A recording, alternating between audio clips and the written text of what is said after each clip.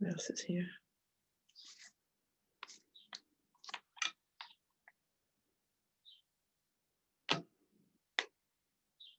I'm going to do this. Let's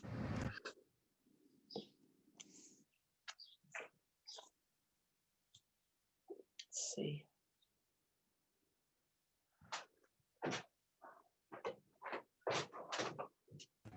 Testing 1, 2. Can hear you great, Michael. Good morning, Liz. Thank you and good morning.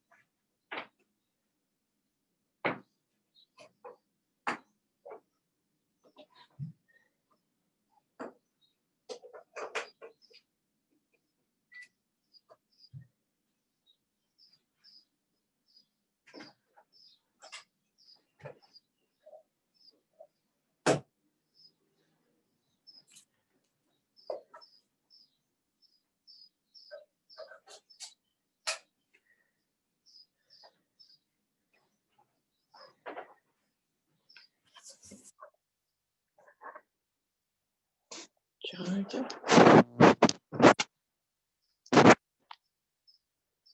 Okay.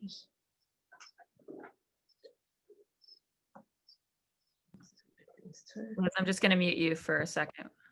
Oh, that's trying to get my power situation.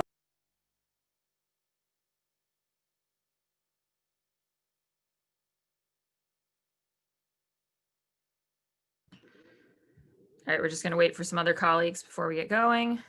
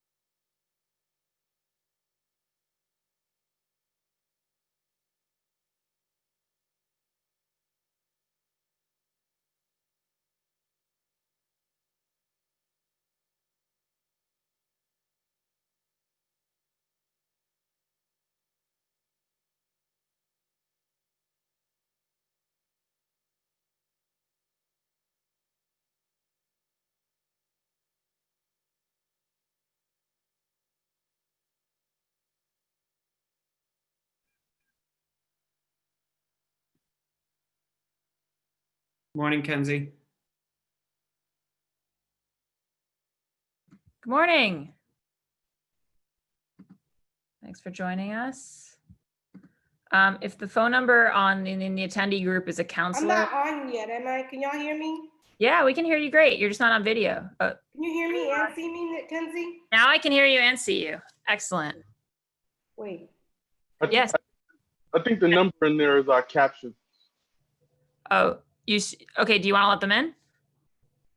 I think they're fine over there. Okay, great. Okay. I can't see them. I'm gonna have to log back in and out. Wait, you can't, wait, Julia, you can't see us? I see wait, I have to change my view. Okay, you all are in here. Yeah. Okay. What kind of view is that? Matt, Okay, you're muted. muted. Okay, I'm muted too. I have to change my view. My phone is blowing up. Good morning, Councilor Mejia. Wait, you're not muted. You're not muted, Julia. Oh, yes. No, now you're still unmuted. What? Oh, I'm sorry. Go ahead.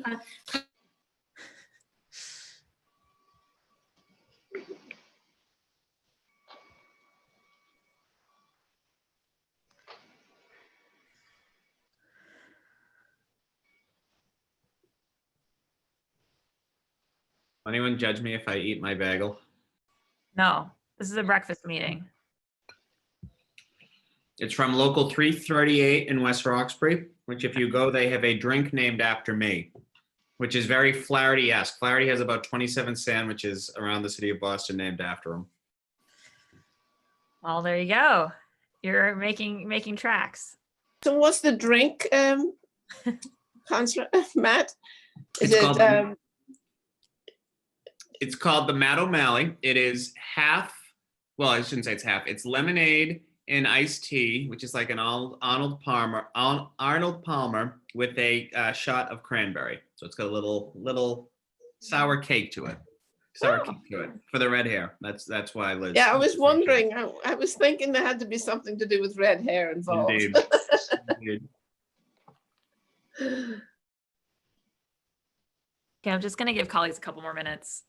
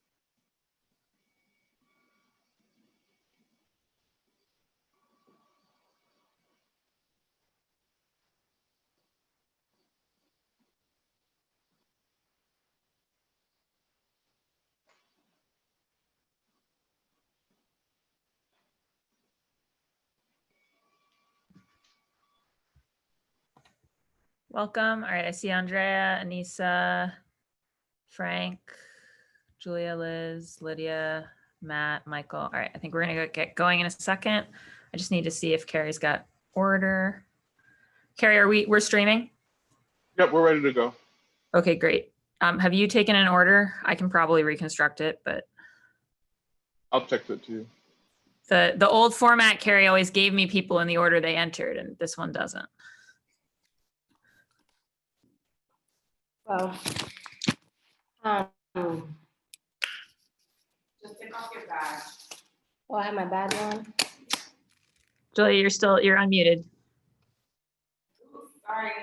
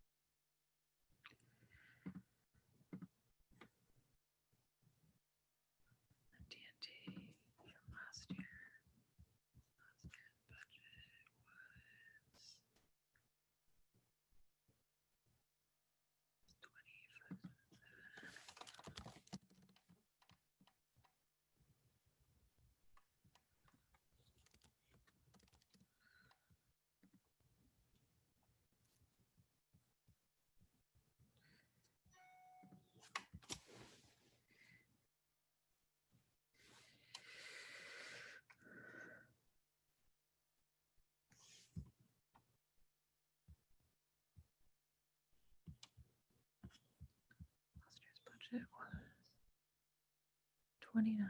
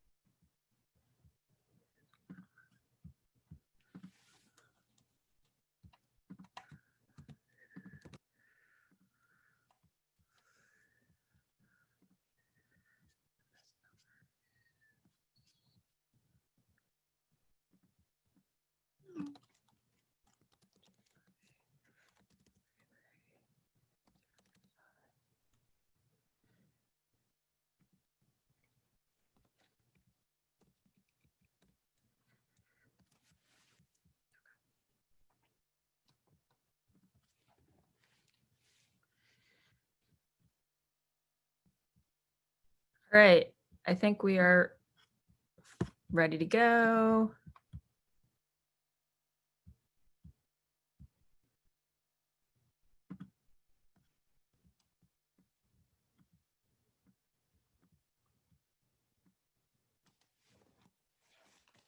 Just have to find my gavel.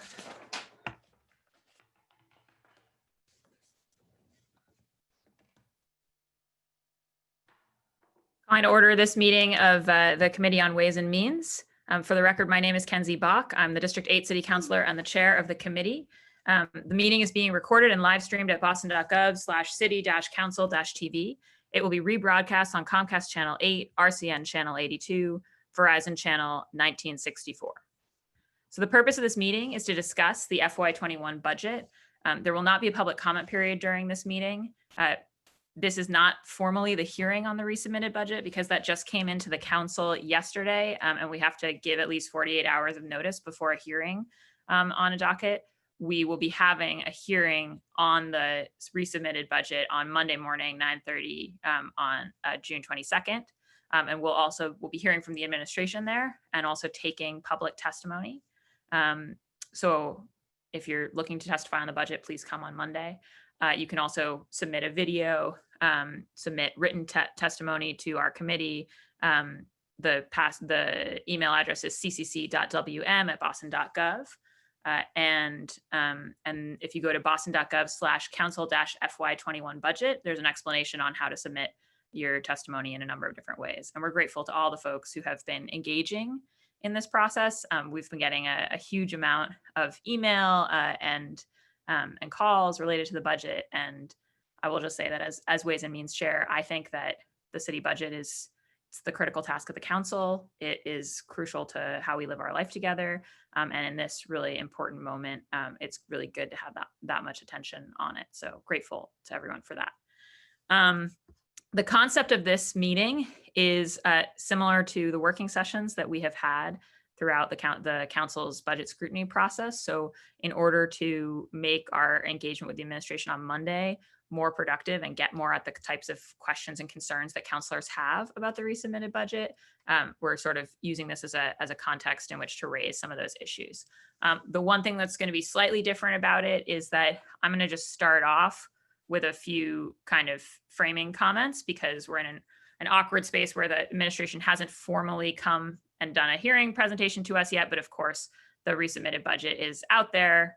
People have seen it. It's been the subject of much press coverage. And so I'm going to try to, without replicating the administration's sort of style of extensive PowerPoint, just lay out a little bit of where we are and what some of the issues on the table are. And I'll also speak very briefly to the issue of collective bargaining agreements. That's been, it's been coming more and more into the conversation, as I think it needs to. It's a huge structural piece of what we're talking about when we talk about the budget. And a lot of those are up for negotiation, and collective bargaining agreements also come to the council for approval, and they come through the Ways and Means Committee. So I just want to talk very briefly about how that piece of this works, because I think we can't be talking about the one without the other right now. So I'm joined today by my colleagues in order of arrival. Councillor Liz Braden from District 9, Councillor Michael Flaherty at large, Councillor Frank Baker, District 3, Councillor Julia Mejia at large, Councillor Matt O'Malley, District 6, Councillor Andrea Campbell, District 4, Councillor Lydia Edwards, District 1, Councillor Anissa Sabi George at large, Councillor Kim Janey, District 7 and Council President, Councillor Ricardo Arroyo, District 5, Councillor Ed Flynn, District 2, and Councillor Michelle Wu at large. Thank you everybody for being here. So to really quickly run through where we are, the administration has resubmitted a budget. They had submitted one in April, and we took a vote to reject without prejudice at the beginning of June. So now they've resubmitted it. I'm going to see if I can share my screen. Sorry, I haven't done a lot of this.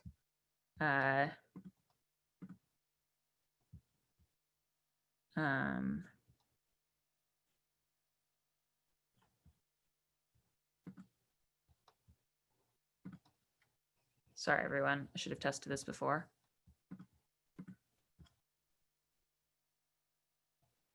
Okay. All right. Well, turns out that I need to reset my Zoom settings in order to do that. So I'm gonna try to just explain this, and then let me see. Actually, Carrie, if I send something to you, can you share it? Absolutely. Okay, great. Sorry, everyone. I'm using a different computer, and I thought I had this set up, and I don't. But I'll begin by discussing the revenues. So one of the reasons why the administration had to do a resubmission was that the revenues projection for the city are down. So the one big place they're down is 21 million further in excise taxes. So the city takes a small excise tax for hotel stays in the city, and that's projected to be down another $15 million from what it was already projected to be down. So we had originally, the administration had projected down 8%. I think we all know that hotels are going to be down by more than 8%. And so this is another hit to that. There's also a $3 million down in jet fuel excise and $3 million down in meals tax excise. So these are collectively areas of the budget that, although our budget is mainly property tax, they make up a pretty significant margin. And then in addition to those, they're projecting that we're down another 9 million in state aid. And state aid is the really tricky one here, because we don't actually know how far we're going to be down on state aid, because the state hasn't set its budget yet. I think here we go. Yes, great. Can you just pull screen slide, like just show the one slide, Carrie? Slideshow, I guess.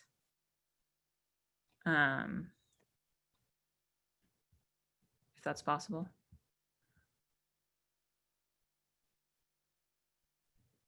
Okay, great. And I'll tell you when to go to the next slide. So state aid is down 9 million. That's simply based on the fact that the state is going to something called a 112 budget, which is where we just extend the current year's budget for another month. And so we had originally, the state had said they were going to send cities and towns more state aid. So taking it down 9 million just assumes that we're going to level funding with this year. I think most folks know that we're likely to go down further than that. But at the same time, we really hope that the state will not cut cities and towns dramatically like they did at the last recession. So just for reference, for instance, in the 08 year, the city's local aid number got cut. I think the net number got cut about $43 million.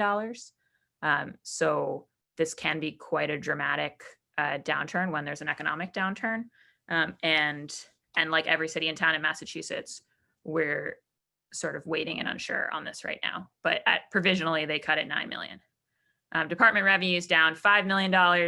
Department revenue, right, is things we take in fees and such, and that 5 million is mainly about parking tickets. So if you go to the next slide, Carrie.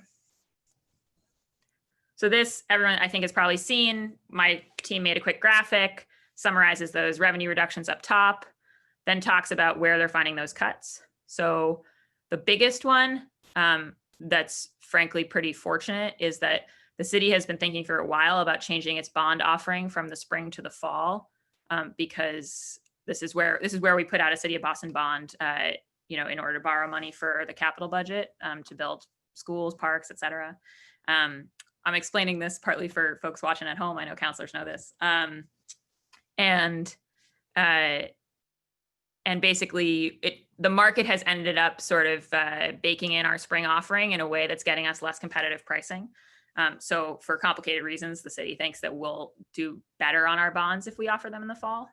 And what's interesting about this is if you shift when you offer the bonds by 6 months, you also shift back your debt service on them by 6 months.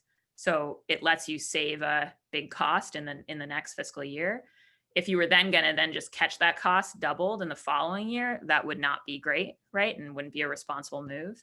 But because they're looking to permanently move to the fall, it's a one-time savings. And then you're always, right, you're pushing the debt service schedule on everything going forward back to that fall timeline.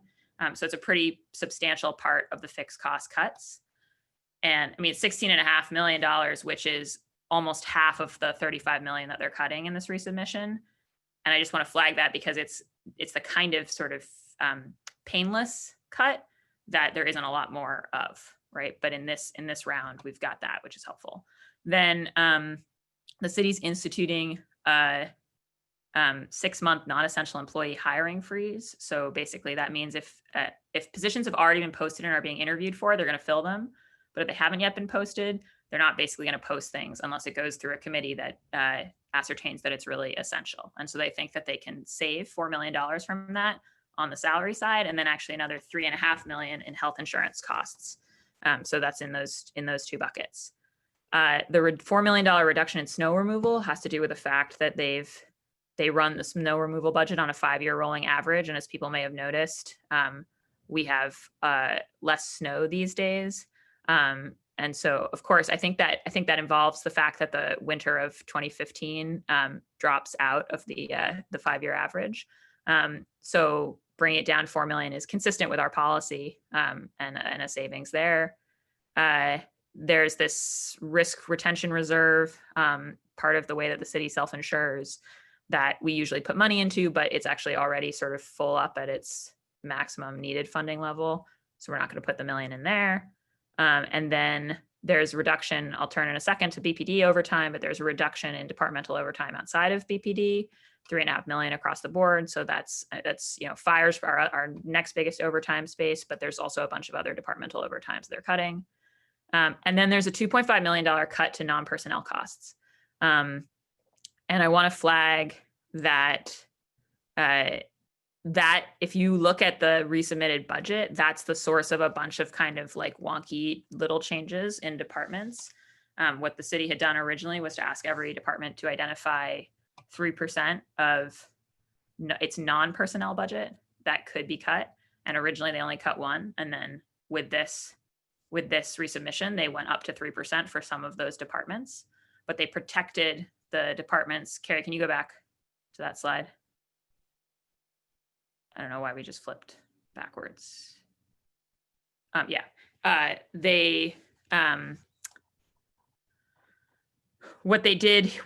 the point is that they went up to 3% for some departments, but they didn't make these further non-personnel cuts to departments where they're investing more. And a lot of the cuts, because I asked, okay, well, what are the cuts? And I think that I expect the admin team to talk more about this. And if folks have questions, it sounds like there's a decent amount of it that comes out of utilities, between the fact that there are buildings that we don't expect to open and the fact that gas prices are down.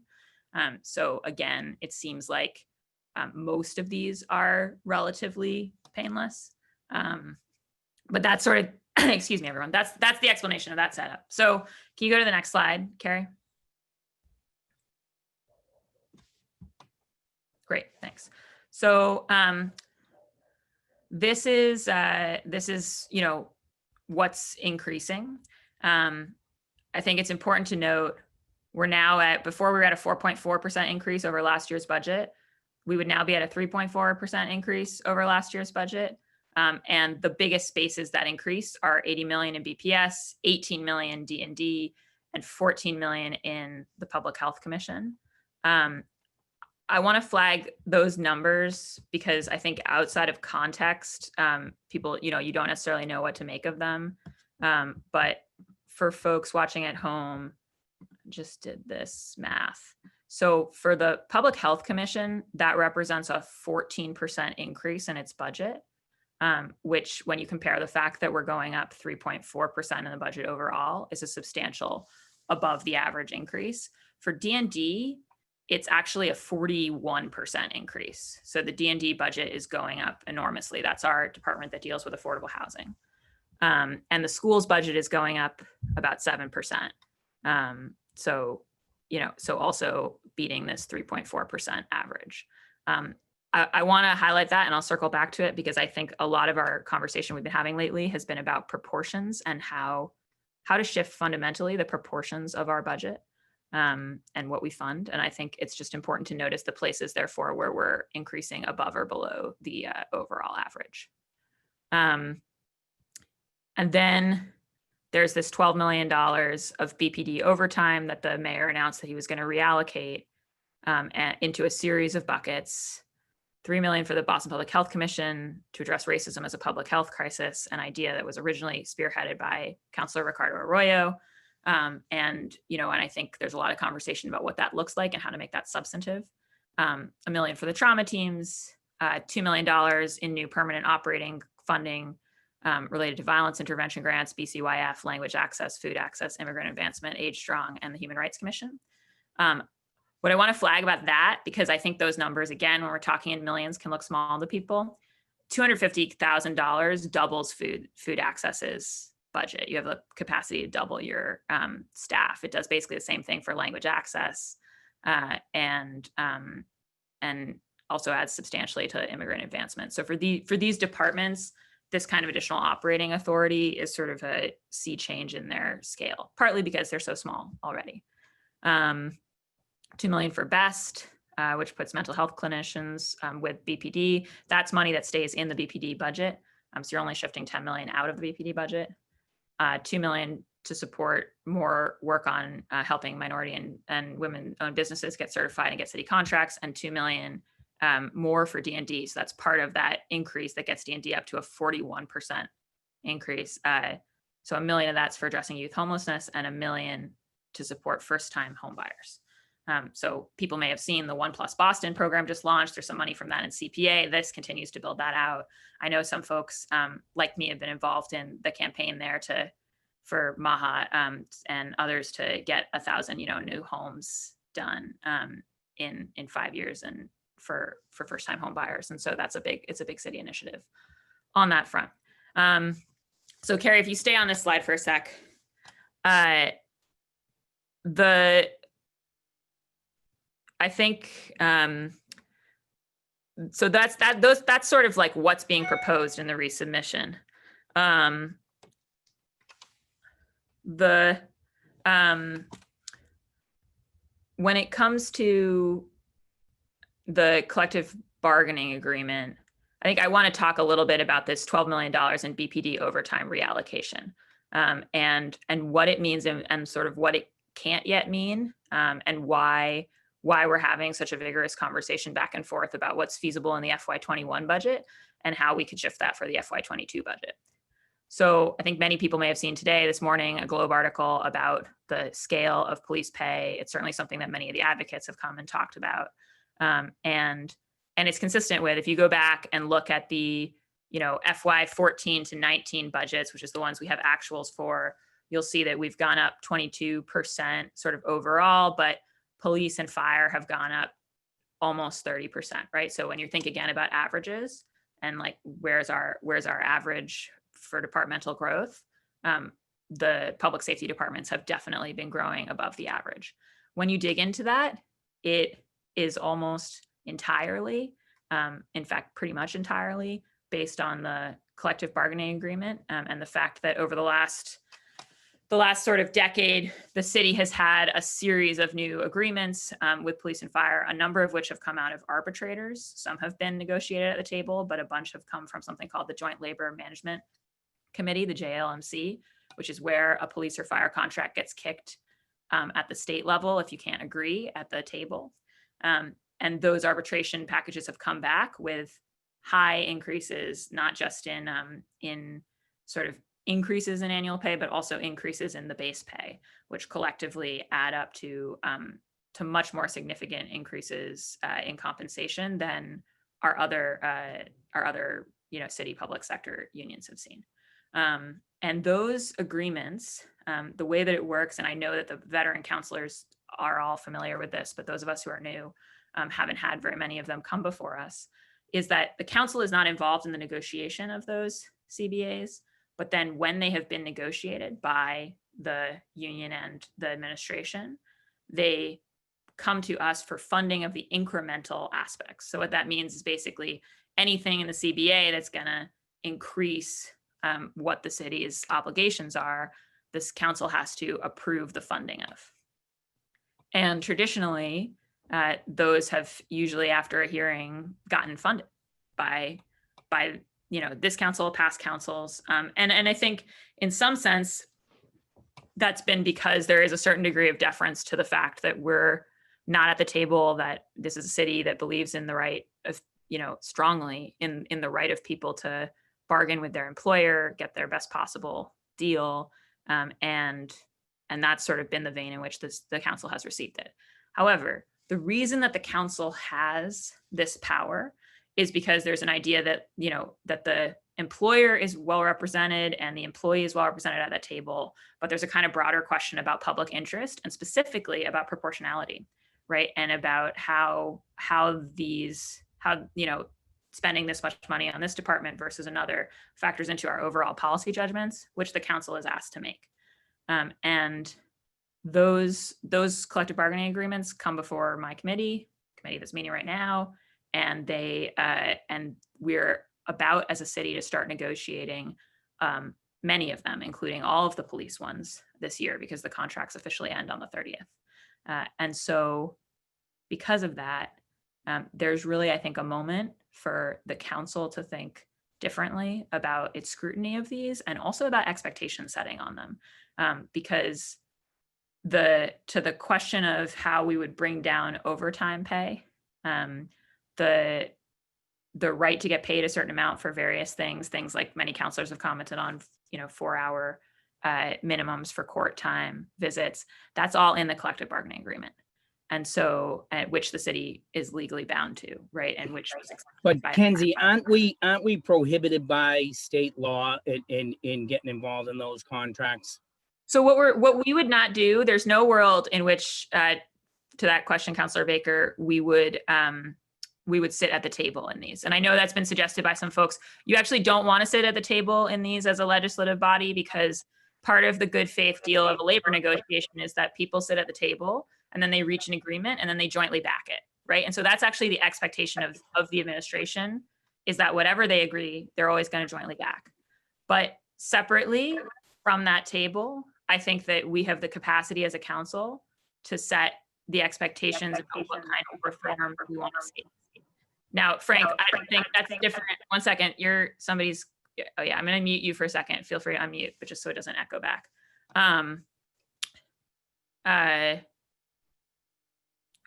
I think it's a policy question, right? Everyone is always, the whole reason that a legislature has to approve these in the end is that there's always the question of, what's the agreement that is most acceptable to both sides that will also be accepted by the legislative branch. And I think as a legislative branch, we can send clear signals about what it is that we think, a CBA needs to do to meet this moment.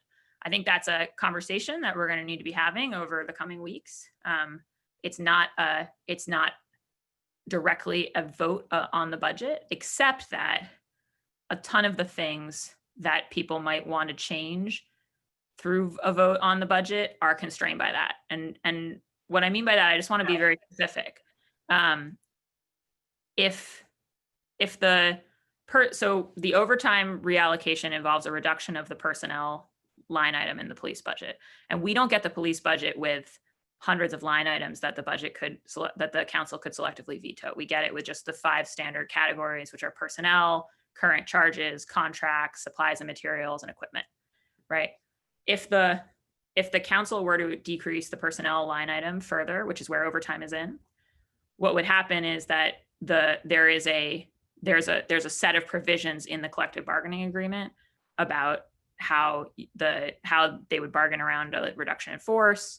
And none of it would involve reducing overtime pay, like rates, and none of it would involve getting to say, oh, these are the positions that the council would like to remove, right? It's all governed by that CBA.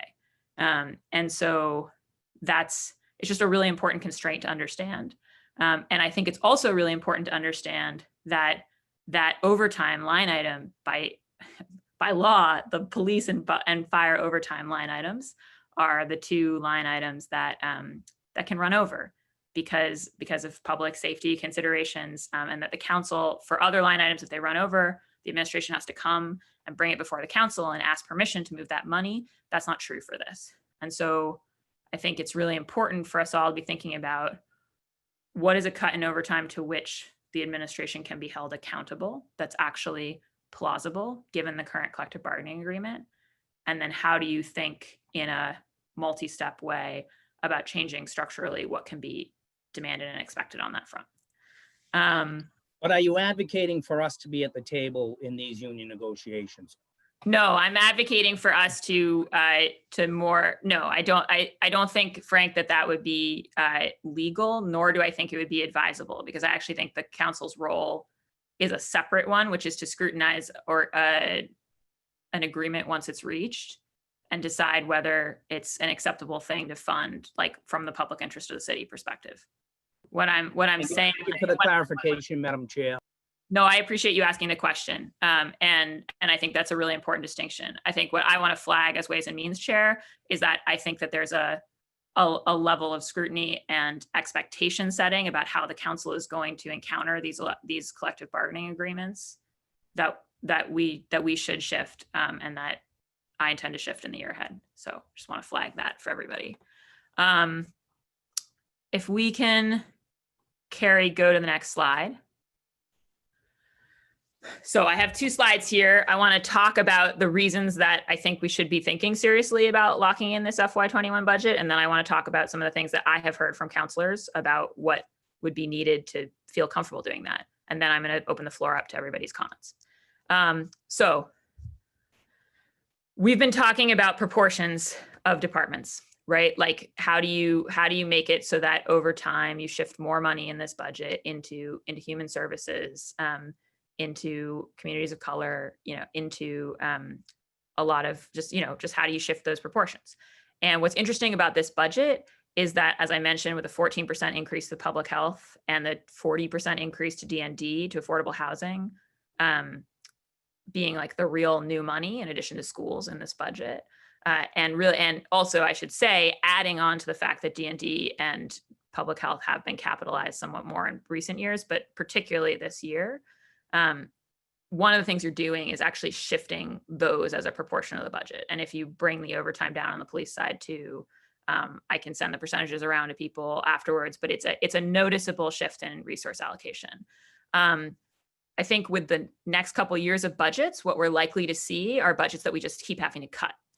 And if we keep having to cut, that's also a way to reallocate proportions, right? You decide, hey, if I need to lose, if I need to lose some money here, if I need to like make layoffs, and we're not talking about layoffs in this budget, but I think, it's going to be next year's budget's going to be really hard. That is a way to talk about proportions and where our values are and how we commit money. But the question is, if we're hitting a budget next year that's down in absolute terms, and we're having those conversations, what's the baseline we're starting from? And the FY21 budget that's been resubmitted that stands against us shifts that baseline in the direction of affordable housing and public health. If we were to not approve this budget, we would go to something called a 112 budget, which I mentioned before. It's what the state is going to for July. We could continue to have a conversation, but what we would do in the interim would be to go to a 112 budget, which would lock in today's department proportions. That's the third point. One of the things it does is it restores 60 million in police, it goes back to the police police overtime budget from last year. And you don't get that 40% increase in D&D. You don't get that 14% increase in public health. It also doesn't have some of the new investments that I've heard people talk a bunch about, things like the money for the ZBA reforms, the arborist and urban forestry, et cetera, on the operating side, right? So those are the things that you lose if you do that. My biggest concern as Ways and Means Chair is that there is a strong possibility that if we went to a 112 budget and said, hey, I think, we can negotiate something that we like better here, bracketing the fact that the current collective bargaining agreement, I think, really constrains us on the police front. If we were to wait for the state to set official local aid numbers, we are very likely to have to cut the FY21 budget further. Because we have a legal obligation to have a balanced budget based on the best numbers we have right now. Because we don't have official numbers from the state, we can guess. And it lets us preserve some of these investments. And, if the state were to really cut, then we would have to talk about, pulling from reserves and stuff. But again, we would have set that baseline, shifted in that direction. If we wait on the state, we may end up in a situation where that additional, that 119 million that was on the prior slide, right, that we're reallocating mainly to affordable housing and public health and schools, starts to disappear. Maybe disappears entirely. Probably not entirely, but like a substantial portion thereof, right? So, and then the other thing is that the budget that we're voting on in the next 12, hopefully in the next 5 days, and just so folks know, we're required, to try to have a budget by June 30th, and Wednesday is the 24th is the last Wednesday in June, which is why the vote is scheduled for that day. So that budget is for the year that starts July 1st, which is in 12 days. So uncertainty delays certain moves in some of these departments. So for instance, I think that the food access team, it would be great if they could be hiring those people as soon as possible. It would be great if, schools has already all but signed their contracts with the new social workers and such in the, that are being added through the 80 million authority. Now, it's just another consideration, but it's worth flagging. And I said this in a forum last night, but I just want to flag it again for people here.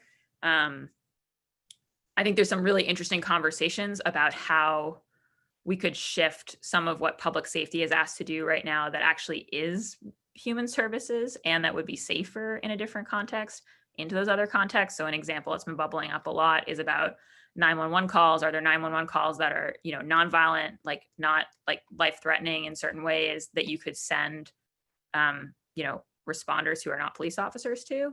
That's the type of thing that if we funded that kind of shift as of July 1, we would have nobody hired, no existing infrastructure, no one to receive that money, right? And money that and to have money right now that goes unspent as you move into into this recession doesn't make a lot of sense. Could you have something that's set up a year from now, that July 1? You could, right? So I think there's also a reality that this conversation has come in this really critical moment in our history, but we have to be thinking about how we lay the groundwork for the kind of structural change folks want to see, such that it can actually be implemented, right? And whole new programs we're not going to be able to get up and running by July 1st. Now, that doesn't mean that there aren't things that you could get up and running in 6 months, but it's a thing to keep in mind about budget authority and the fact that just moving the money doesn't make it happen. Carrie, can you go to the next slide?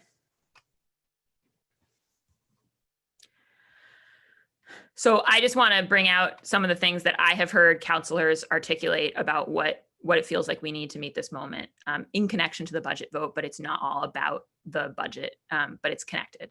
And the reason I put these here is because one of the reasons we're having this meeting, and I don't know if the public always knows this, but we actually can't get together and talk about the budget without it being a public meeting. That's open meeting law, and it's a good transparency oriented rule, but it makes it hard sometimes for the council to understand, where we're to just know where we're all coming from and have these conversations. So that's why I convened this today.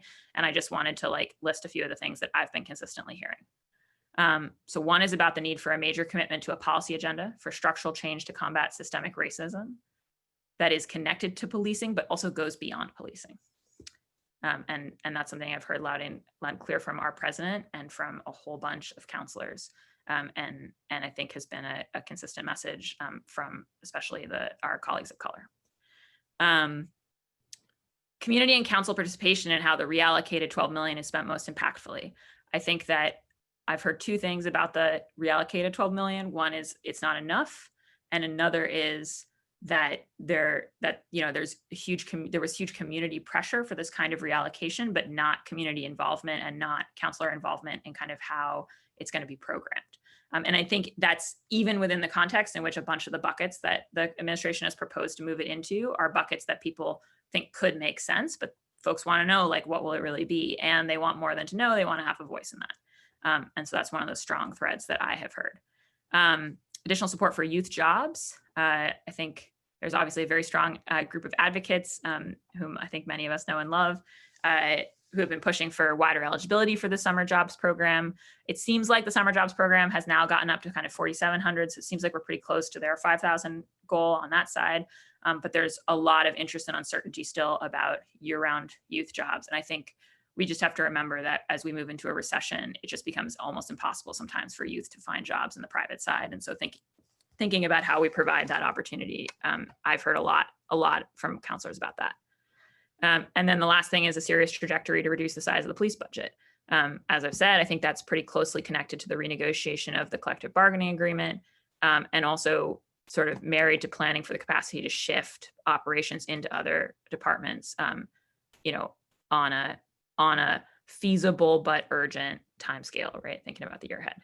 So that's what I've heard folks saying, but now I've certainly talked enough, and I want to give people the floor to speak about sort of what are the things that you're thinking about in this process, and that you want other counselors to keep in mind, and as well, what are your questions and concerns for the administration, keeping in mind that we're going to be having a hearing on Monday to hear both from them and from the public.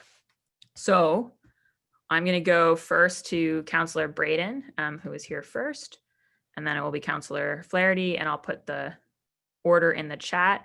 I'm going to ask folks to just, make it a 5-minute thing now, and obviously if you can keep it to 3, great. We'll do the normal. What I'd love is to sort of run through people's initial thoughts, and then if folks have something that they want to come back on, we do another round. But I'll do the same thing as usual, where I set a timer and show you the gavel. So, Councillor Braden, you have the floor. Thank you, Madam Chair. Phone's going again. I really appreciate your analysis and outlining all this. It helps in understanding the challenges of where we are. I also really appreciate the breakdown. It's really just finding the way forward. I hadn't really appreciated the gravity of the situation of going to a 1 and 12 budget and not passing the budget, a budget next week. So thank you for clarifying that. I think where I am really at this moment is to try and have that conversation about how we might address the police overtime situation, and I know that will come up in the collective bargaining process. But given today's headlines in the Globe and just there's so much pressure to address this, I don't know if we have any tools to influence that process. Thank you.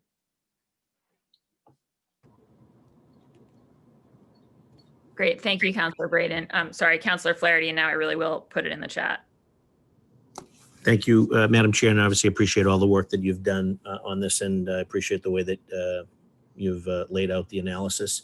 I guess the only general question I have is the resubmitted budget accounts for $65 million budget gap across all departments since the original fiscal year 21 projection. So in light of past revenue reductions and also factoring in some anticipated future revenue reductions just based on what's going on as a result of COVID and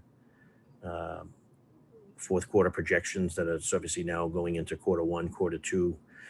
Does this budget put us in the best position to be agile next year when the budget is projected to be even more difficult? So I like your sort of multi-year approach to this in terms of on the policy side and trying to undo some of the costs associated with it, with all budget items, quite frankly. But I just want to make sure that arguably a 112, given what we're dealing with now, is probably going to be disastrous. But I just want to get a sense as to your perspective as the chair, given what we have right in front of us now. Does this put us in the best position as we sort of head into next year, where it's going to be more difficult, and having that sort of multi-year focus? I think we all, as having our fiduciary responsibility, we have to be very mindful that we're not going to solve this in a one-year thing. This is going to have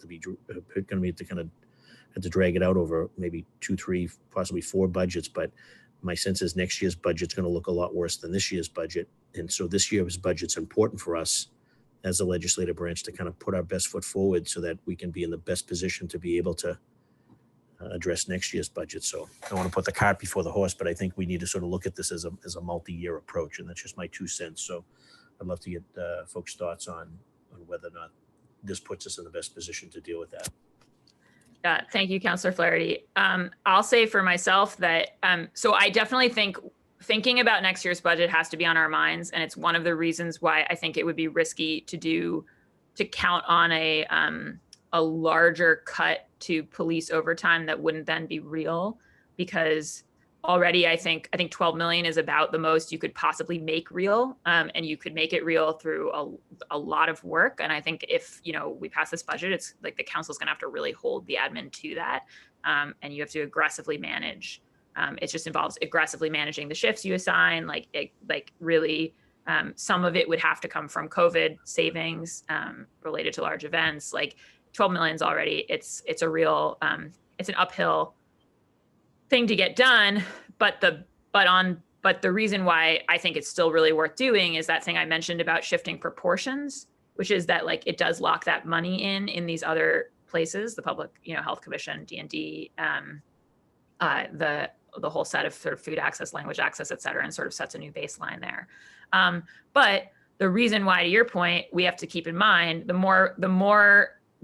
less we take from the budget this year, the more likely it is that if things get worse over the course of the year, we have to dip into reserves to cover FY21, and then therefore don't have those reserves available to help plug the holes in FY22.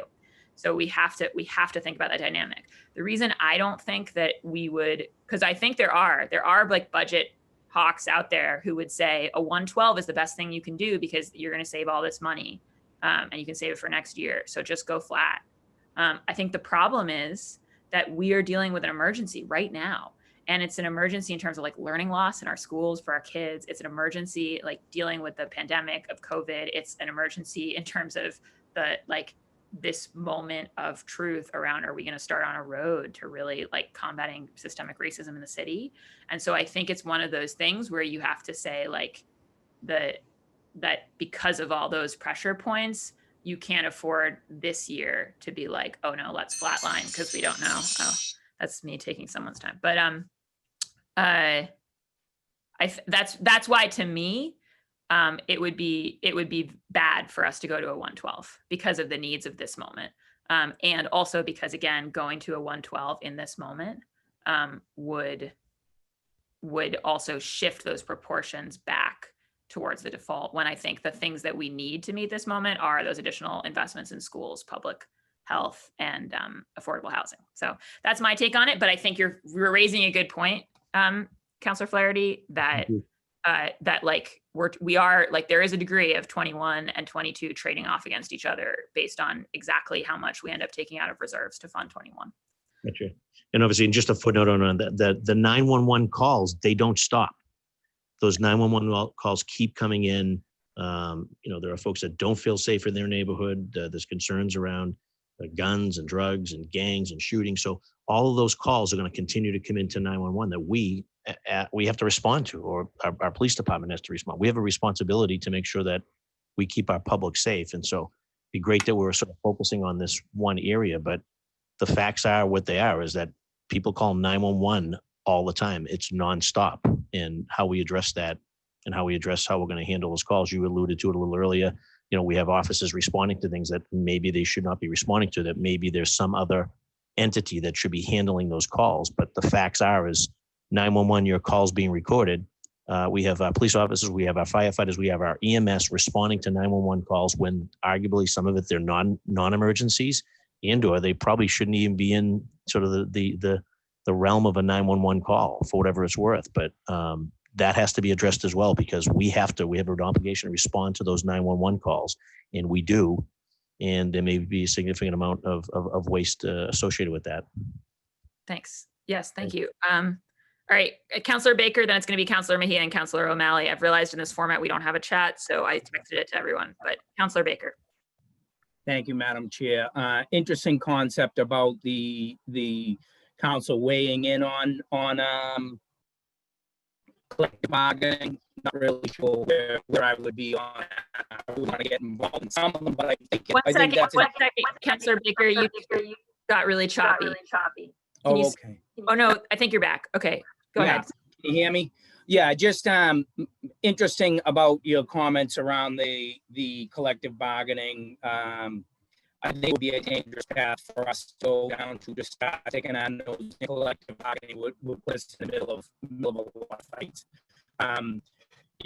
You talked a bit about the school budget, and I have a little bit difficult time seeing the small lettering. It was a 4% increase. Right. 1 second. Yeah. Okay. You're back again. For some reason. Yeah.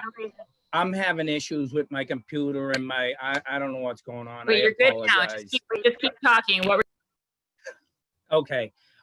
What was the school? You said it was a 4% increase. What was the increase in the school budget? No, the school increase in the school budget is just a little under 7%. Under 7%. What was the dollar amount? 1 second. Well, it's 80. It's 80. That's what, 80 million addition going on top. And was that isn't, we can't attribute that to collective bargaining, correct? No, that's well, remember they've been talking about the 36 million. Yeah. That is, that's sort of new and additional. And then there's a 44 million. That's kind of the normal increase to BPS, just based on both the collective bargaining agreement, but also just normal kind of increases in cost, inflation, et cetera. Okay, thank you.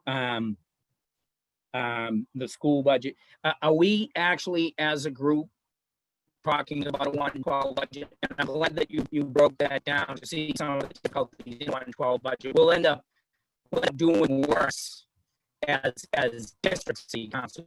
We'll doing worse, I believe, if we went to a 112, because 112 will allow for just more and more cuts. Is Can you speak to that a little bit? Is people feedback to you saying they want to vote against this budget and go to a 112? I think what I'm raising is I think there's a real conversation going on about how people are going to vote on this budget. And so I think it's important for folks to also know where we would go if we voted the budget down, right? That's part of weighing. Okay.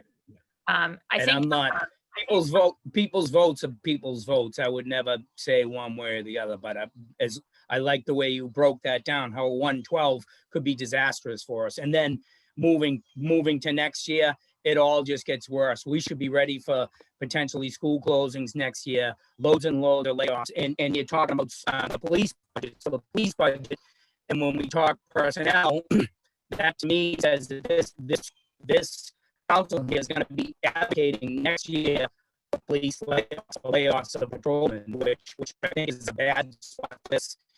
And again, my opinion, you guys take it for I think the bad spot for this council to be in, that next year we'll be advocating for police layoffs when there's potentially going to be school closings and layoffs in every department. So just some thoughts. I am gonna vote for this budget. I have a lot of good things going on in District 3. I have new libraries coming in. I have streets. I have new streets happening, new sidewalks happening. There's investment on a mile, which should, nobody's really talking about those things that are happening now. We're not talking about Long Island. We're not talking about the methadone mile. We still have COVID happening. We still have an opioid epidemic happening. So just a couple thoughts. I'm going to go back on mute now. Thank you for your leadership, Madam Chair. It was informative and for breakdown. great, thanks. All right, Councillor Mejia, and then it'll be Councillor O'Malley, and then Councillor Campbell. Councillor Mejia? Yes, thank you, Chairman Bach. I really do appreciate how thorough you have been in this process and helping us understand the budget breakdown here. It's been one of those things, considering this is my first budget, I have learned so much about the city and how it functions. And so this is just all very interesting to me. My questions are more about the process, because it's not just about the numbers, it's how we got to those numbers. So I'm just curious to know how the administration got to the 12 million figure and what part of the voices of the people were coming up with that number. I'm just curious about that and what insight you have, if any, or if anyone could just tell me 12 million, there's just like, woo, where did that come from and why? I'm just curious about the process. Because I know I was not invited to any of those conversations, and nor, I don't know if I should have been anyways, but I'm at least would like to know who we talked to. And then I'm also curious about how the administration came up with the 3 million for the Boston Public Health Commission. What are our measures for success with this new spending to combat racism?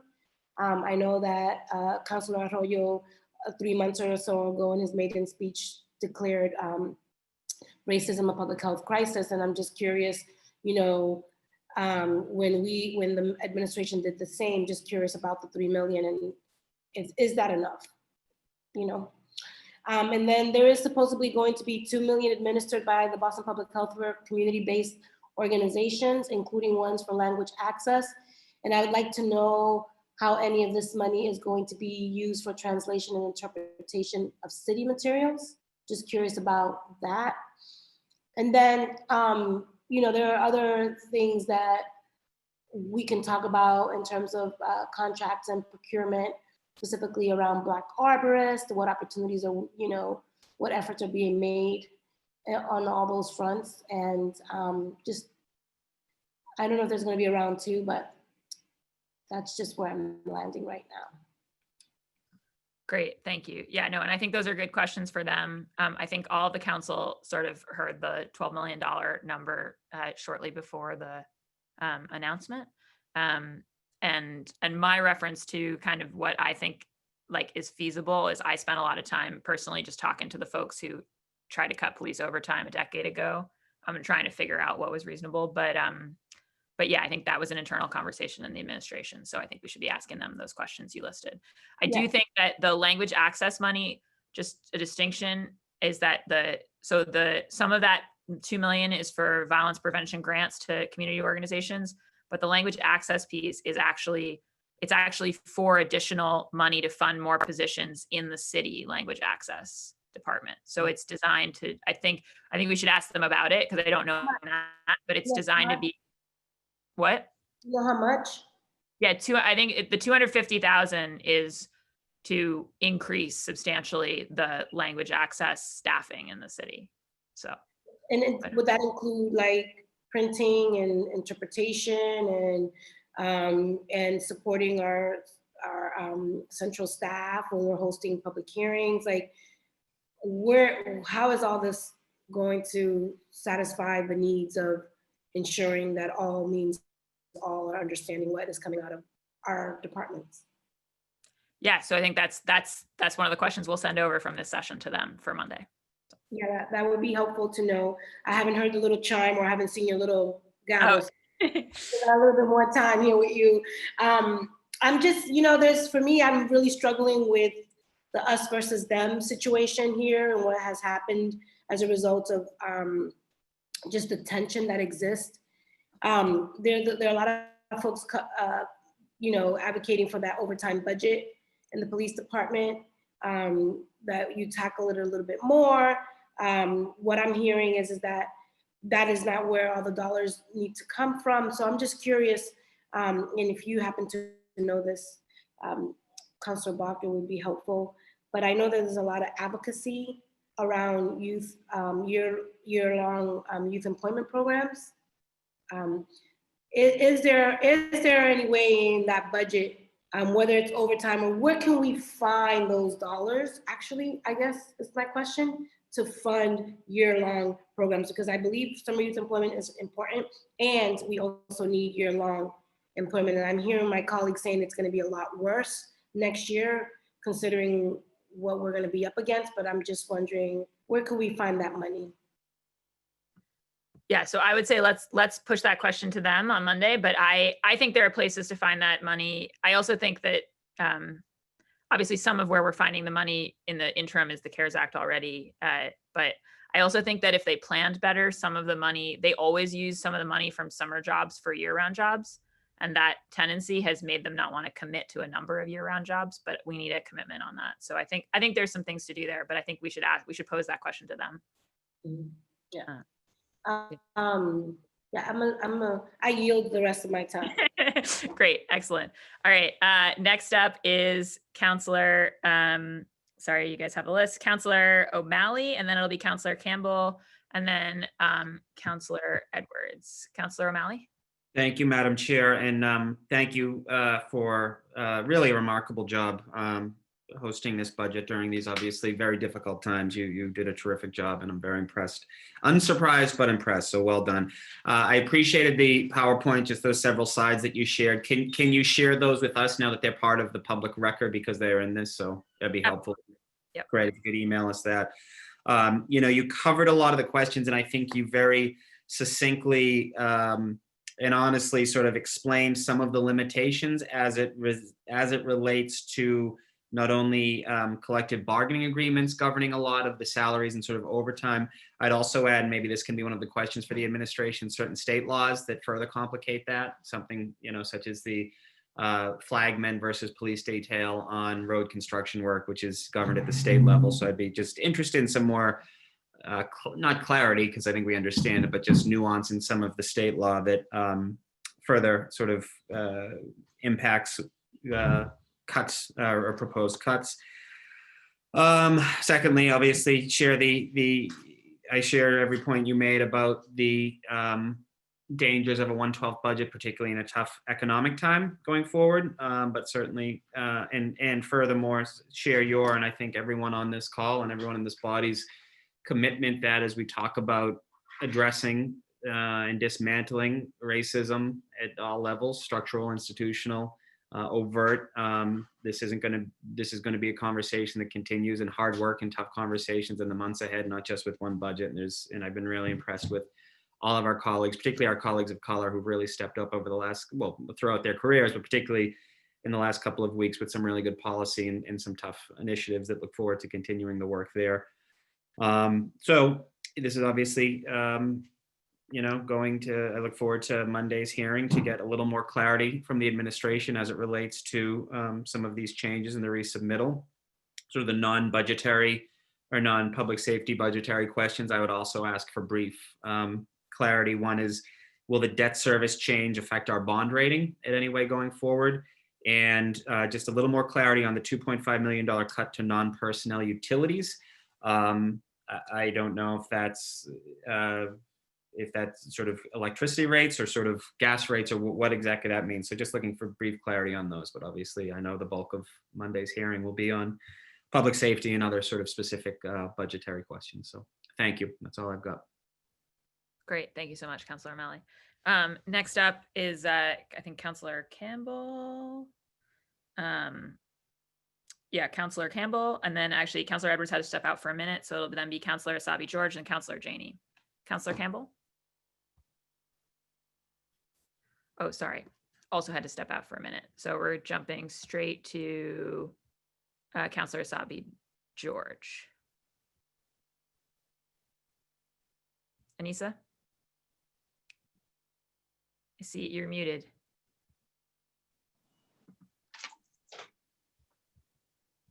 Anissa, can you unmute? No, you're still muted. Sorry. Sorry, you still have to unmute. All There right. we go. All right, you're in. Can you hear me? Yes. I'm sorry. I thought there were a few people between me and There Councilor. were, but they had to step out for a second. So Of course, just my luck. So a couple of quick questions. One, a clarifying question on the investment in additional best resources that I'm really excited about. There's a $2 million commitment to that effort, an additional $2 million commitment from that 12 million. And I'm super excited about it because it's something that I've been pushing for a number of years, started with now Congresswoman Presley, to get to the number that we're at now, which is well below the number that we need to be. This $2 million will get to a place where we need to be. So I would like from the administration just some clarification on the details of that $2 million investment. The other place, and there's a number of things that we can get to in that other hearing, but I want to focus on these pieces.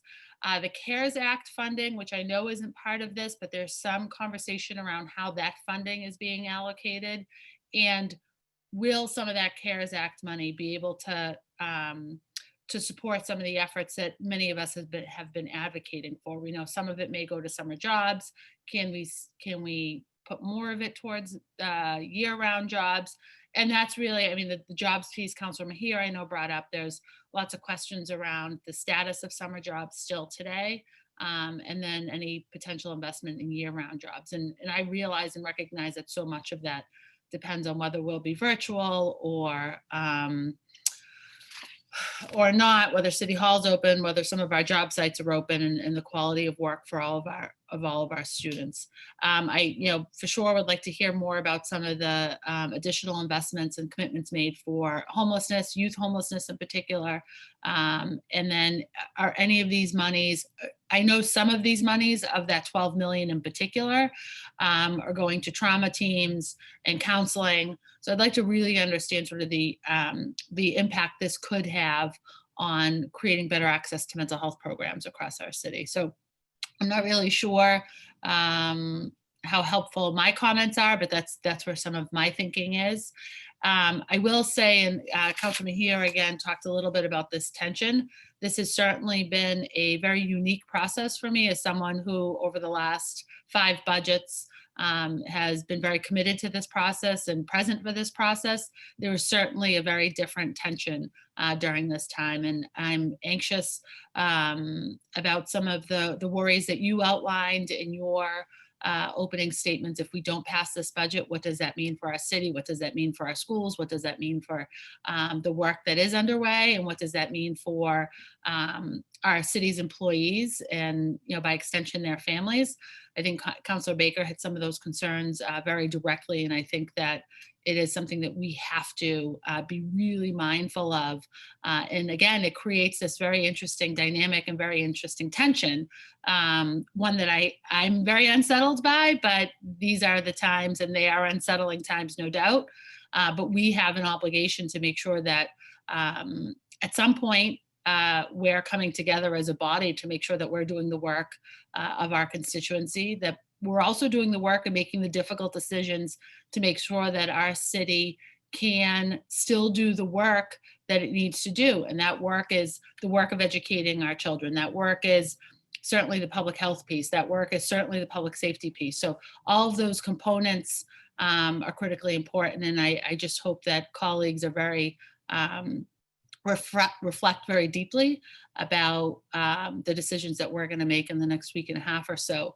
And also realize that, it's our obligation to be responsive to our constituents, but also make sure that the work of the city at the same time goes forward. And I would also urge colleagues who haven't been present for some of the hearings and some of the time of the hearings, especially for public testimony, but that they go back and rewatch those tapes, because there's a lot of important information that sometimes gets missed. And being in this sort of Zoom setting, it is easy to sometimes be distracted by something else. So I encourage everyone to go back and really think long and hard about what we want to see in the presentation in the next couple of days, and really the turmoil and tension that not passing this budget could create for us as a city. Thank you, Madam Chair. Thank you, Councillor Asabi George. Yeah, and I think it's important. I'm just gonna, something you said just reminded me to say that for folks watching at home, I think it's important to understand the council's powers on the budget extend to passing or not passing. We're not allowed to introduce our own budget or to increase line items. So that you could cut a line item, as I mentioned before, you can only cut these line items in these very broad categories, not kind of target the cut more than that. But you can't then reallocate the money anywhere. So just so people understand, part of what we're constrained by as a council is that unlike a state legislature, et cetera, we're not the originating body for a budget. All right, so next up is Council President Janey. And then I think it's Councillor Arroyo and then Councillor Flynn. Councillor Janey? Thank you so much, Madam Chair. Can you hear me okay? I, like all of us, having lots of problems with the technology. Had a hard time getting in. Okay, great. Let me first just start out by thanking you, Chairwoman Bach. I think you have done an incredible job. Your very first budget as a new counselor. I am so impressed with how you've laid out the budget and how you have taken the time to not only educate the public, but your colleagues. Your skills as a professor, as a teacher are shining through. And I really appreciate how you are making this work much more accessible to those we serve. So I really appreciate that. I also appreciate the difficult situation that we're in. We know that this budget was going to be a difficult budget already, just with rising costs and limited revenue. We know that COVID exacerbated, those items for us. Fortunately, we've been able to tap into some support at the state and federal level, but these times are really difficult. And I can certainly appreciate the challenges of trying to balance out whether we approve this budget next week or whether we go into a 1/12 budget and what that means for our city. Certainly as a district counselor, I have a lot of pet projects in my district that need financial support, and that's very important to me. What I hear many saying, many of us saying, many of the advocates saying, many folks in the public saying, is while all of that is true, we have some difficult choices to make about how we do business in our city, and we have an opportunity to change how we do business. And what I hear loud and clear is a call for reinvestment, for reimagination, and for reinvestment, particularly in our people and our young people. And so I get that this is, that folks have really difficult decisions to weigh in the next few days. But I don't want to lose sight of, because this is hard, we shouldn't do it. I don't want to lose sight of, while many of the things that we seek to change may not live in this actual budget, it might live in state legislation, it might live in the collective bargaining table. What I hear from folks in the community, in the public, as well as my colleagues on this body, is the need, the willingness to tackle that head on. And so I know this is very difficult. I've got, schools, I've got parks, I've got all these great things that are happening. And I want a budget that will invest in those projects as well as our people, particularly our young people. And so I just wanted to kind of put out what I was hearing and the balance and the trade-off and the difficulty of this moment. But what I hope that we will continue to do is force ourselves, as difficult as it is, as hard as these decisions will be, to really force ourselves to hear and do things differently, to really do things differently. And so that's where I am in this space. I don't know that I have a bunch of questions that I would put out for the administration. My concerns remain consistent. I am deeply concerned about how we do business as a city. So looking at procurement and contracting, I'm deeply concerned about housing and development and how we plan in our city, the education budget and the things that are have not been done there. Things, good policies that are already even on the books. So some of this is not even, do we need to create something new? Some of it is we have to do what we said we were going to do. And that's what I really want to see here in this moment. It's a real opportunity for real meaningful change, and I hope we seize the moment. Thank you, Madam Chair. If I have any specific questions, if there's a second round, I will be sure to share that. Thank you, Madam Chair. Great. Thank you so much, Madam President. Next up is Councilor Arroyo. Councilor Arroyo. Thank you, Madam Chair, and thank you for your work. I know, like me, this is your first budget. What a time to be walking into your first budget. And so just a couple questions before I get into any kind of comments. Would this be considered a down budget year because technically there's a $32 million cut? I think not technically, because we're still up a little shy of 3.5% from last year. So this is technically. This is an increase. It's just, it's not as much of an increase as it was projected to be previously. And so next year and the year after that, we're projecting down budgets. Everyone's like, no one knows what the future holds, but I would be shocked if we weren't looking at a down budget next year. Okay. And I should say for people's reference, I'll just very briefly, that's because, right, like those excise taxes we talked about continue to be really dependent on the economy, right? And then the state aid, like the state's budget is super dependent on the economy. And as long as they're looking at a big hole, like people think looking at a $6 billion hole for next year, that's totally going to trickle down in what they send to cities and towns, right? We hope they don't got that support, but like, it's just, you got to worry about it. And then on the property tax side, property tax is a more stable source in this kind of situation, but a big piece of what we get each year is new growth. And this year's budget is being buoyed up by the fact that we had a lot of new growth and things that got their certificates of occupancy last year entering the rolls. When you consider the construction stoppage and the recession, you're likely to see less of that in the next couple of years. So that's a big piece of why one would expect 22 and maybe also 23 to be down.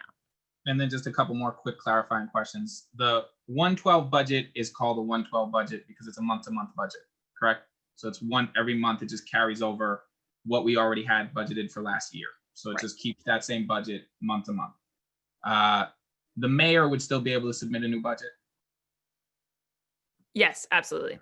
Okay. Yeah. And so at any time, the mayor and his administration can submit a new budget and take us, if we approve it, take us off of a 112 budget process, correct? Because it's just month to month. Yeah, that's my understanding. Although I think we should ask the administration that question. But my understanding is, that they can introduce budget. And then my other concern that I floated in the presentation is that if we get a revised local aid number from the state, that we would be bound to then, whatever budget they were submitting would have to be smaller to match that. So, but yes, I think they can still submit a budget. Okay, and so we wouldn't be doomed to a 112 budget for the whole year. The mayor could just submit a new budget. Right, not necessarily. Yeah, it's just a question of we have this room between, we have the 119 between the, like this budget and the 112. And the question is just, as you wait to settle a budget as you have in 112, does that increase, decline because of state changes? That would be that. Or, Yeah. I was just trying to figure it out because I was hearing a lot of doom and gloom. Like it was basically, if we vote down this budget, you know, No. houses are going to burn and fire departments are going to go up in flames and nobody's going to be able to stop that. And I just wanted to make sure that it was still true that the mayor could submit a budget. And so as we get into that, the school funding increases, those increases are to fund nurses in every school and social workers, correct? I Like the think bulk. Well, it's the 36 million is that piece for like all those supports around the 33 transformation schools, right? So it's a Yeah. lot of social workers and other things. And then the other 44 is for kind of existing committed things. But since the nurses were an existing committed thing, I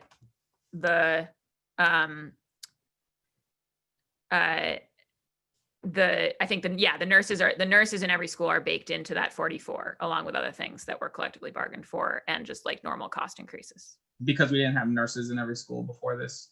Right. That was a big win that some of our colleagues worked on and that the BTU got in the latest contract. Yeah, and so we also didn't have nurses in every school, this was just upping the number of social workers. In some cases, we had schools that didn't have social workers, correct? Okay, and so when we talk about budgets and how I look at it, right? We're talking about messages that we're sending, values that we're sending. The fact of the matter is now we're in the year 2020, so we might get nurses in every school, right? But when we're talking about police overtime at $60 million budgeted, not what they use, I believe they went over budget last year, correct? What was the total number of overtime used last year? So this year, we don't Like technically this year? know. Yeah, we don't technically know, but when we last got the numbers from them, it was on track to be 10 million over. So it was on track to be more like 70 than 60. Have you heard, because I have not, but I'm happy to hear if you have, what the plan is structurally to change that overtime usage? What plan has BPD presented or the mayor presented to deal with the fact that, because yes, some of that's contractual, right? Some of that's CBA. So court time, not gonna deal with that with more personnel or with a difference in structuring, right? But when we talk about the actual structuring of the units, when we talk about what causes these overtime increases, have they identified that? Have they identified a way to deal with that to your knowledge that you've heard? Because I haven't. So I'm just trying to figure out if they have. No, I think that's one of the things we've got to ask them about on Monday. When I say that it's the most that I think could get done, that's based on me like doing a bunch of research to try to game it out. But I think it's one of the key things. I mean, when they're talking about that reallocation, that we need to ask them about on Monday and then hold them to account. That would be like a systemic change, which is what actually causes real change. So that's why I'm trying to figure out when we're cutting budgets, whether or not we can cut a budget on overtime requires some change in behavior in terms of how they generate that. And so for me, you know, when we're talking about the messages that we're sending and we're talking about school closures and layoffs across the board, what message are we sending to our parents and our students and our teachers and folks in these departments in the city when we can't barely touch overtime heading into a down year, but we're putting that like it's as difficult as say like school closures or layoffs? That's a problem, I think. And when we talk about addressing systemic racism, you know, when I put forward that resolution, not really a resolution, it was a hearing order to create an office to actually address this. But when I put that forward in March, I was looking at systemic change. And when we talk about budgets, this is how you address systemic racism. It's hard. It's not hashtags. It's not messages and support. It's making hard choices about where you prioritize, where money goes. You know, when you talk about budget choices and prioritizing areas that most reverse the harm of generations of systemic racism, how much money would we need in this budget, and this is hypothetical, just for 1 year of addressing trauma-related impacts of racism? Just 1 year of that. Is that $10 million? Because I think it's far, far more than that. If we're talking about doing that now with a pandemic, because we're still in a pandemic. Now it's even bigger. And so when we talk about priorities and where money goes and how we do it, I recognize these are hard choices. These are difficult things, right? I get that. But when we're talking about greatest impact on systemic racism, generations of harm, greatest impact just for the dollar, what that dollar goes to, what it addresses. I think Councillor Flaherty mentioned that police are probably responding to too many things. And I would agree with that. And I think they would agree with that. But we don't have the resources. Everybody here has gotten something about fireworks, and we don't have an alternative for that. We don't have a trauma team to send to that, because if you're sending off fireworks at 3 a.m., there's some trauma there, right? There's nothing really in our budget or in our city to really address these bigger issues. And I think this is time for us to really lean in to the time, to what it's asking for, to what we've known, which is money dedicated to curing the disease is always going to be a better bang for your buck than money going to the symptoms. Because at the end of the day, if we don't cure those systems, we're going to keep having these same conversations and these same problems, right? And so for me, I'd like to see money going into health and trauma. I want to see money going into at higher rates than they currently are. I'd like to see youth jobs secured, because youth jobs actually have an economic impact in our communities. And I'm going to be very specific on this, in communities of color, specifically in low socioeconomic communities that are being impacted deeply by this pandemic, by this recession that's looming on. Those jobs are going to help keep people's lights on. They're going to help keep people in neighborhoods. They're very, very, very important. And we don't have a lot of mechanisms for creating them. And this is a great way to do that. And so with that, I'll just say for me, this is much bigger than just one budget vote. It's about the city's a ship. It's a big ship. And so for me, it's about trying to shift the way that the city looks at its budgets, trying to shift the way that it prioritizes. I don't expect that to be done in one budget, to be perfectly clear. I don't think there's a one-year fix to things that I'm talking about. But I do think that it requires us to make hard choices that, frankly, I don't believe were really made in the way that they've made these cuts. They've made tactical cuts. I don't think they were hard choices. I think they have to be hard. I think they have to be difficult choices, because at the end of the day, we need more money in these places. And so that's where I'm at on this budget. That's where I am with where we are right now. And I get the fear of a 112 budget if we voted this down, but I also understand fully that the mayor and his team can come back with a second budget. They could write a second budget right now as we speak. They can make adjustments as we're talking. So these kinds of things, I don't think limit us from being able to advocate for our folks, being able to advocate for the city that we want to see in the future we want to see. And that's just where I'm at. And so thank you for folks on here. If any other questions come up, I'll bring them up. And again, thank you to you, Chair. I know this has been a process. And so, thank you to you for your work. Thanks so much, Councillor Arroyo. Next up, Councillor Flynn, and then it's Councillor Wu. Councillor Flynn. Thank you, Councillor Bach.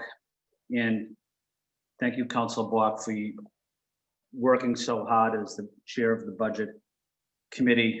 You're doing an excellent job and being very inclusive. So I want to say thank you. Some of the comments or questions or concerns I have, the controversial part of this seems to be the police overtime budget. But I want to just ask the administration or the police department, if we significantly cut the police overtime budget, what impact will that have on manning levels? We know many police officers are working forced overtime. Would that continue if there is no money or if there's not enough money in the budget? And if that were the case, how would the police respond? I know Councilor Arroyo and Councilor Flaherty mentioned, the police are responding to a lot of calls that they probably shouldn't be, such as the fireworks. I know that fireworks calls went up 2,300%. And that has a huge impact on the manning levels of our police. The other issue I had, Council Block, is can we project possible retirement of police over the next year, over the next 2 years? And what impact would that have on the city? Not only paying the retirement, but also with a less officer on the street. And what are we thinking about as in terms of our next police classes as well? Do we have enough money to pay for retirements? And what is our strategy and what is our plan?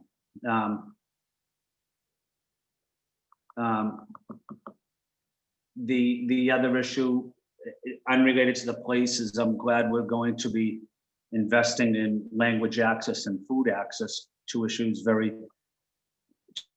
I've worked on closely. I'd like to know more about how we're going to spend that money.